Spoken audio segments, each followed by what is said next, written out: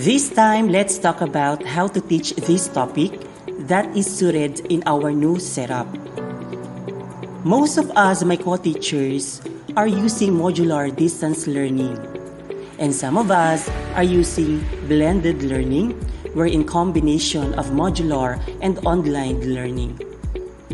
As what our previous discussants shared to us, there are many teaching strategies that we can apply in our teaching.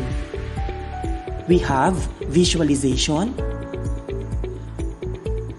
cooperative learning, inquiry-based instruction, differentiation, technology in the classroom, behavior management, and professional development. Ang lahat po ng nabanggit ay maaari po nating gamitin sa ating pagtuturo. Ngunit, kailangan alam po muna natin ang kakayahan ng bawat mag-aaral so we can use or apply the appropriate teaching strategies para sa kanila. But let me focus in the principle of John Dewey, which is the learning by doing.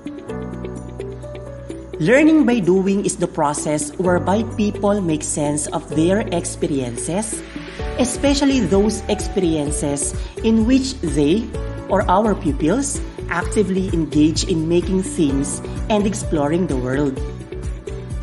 Sabi nga po natin, experience is the best teacher.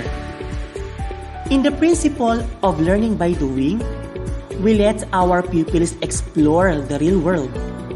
We help them be in the reality by showing real objects in our classroom wherein very much applicable or usable sa topic po natin.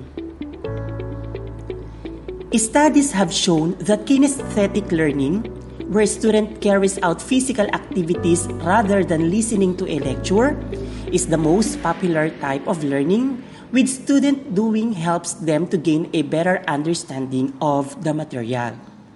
The more na na-expose po ang mga bata sa mga aktual o real objects, ay mas nauunawaan po nila ang ating aralin.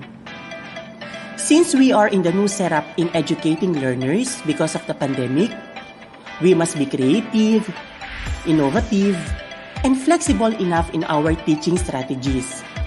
And I know teachers attain high level of pedagogical knowledge when it comes to this matter.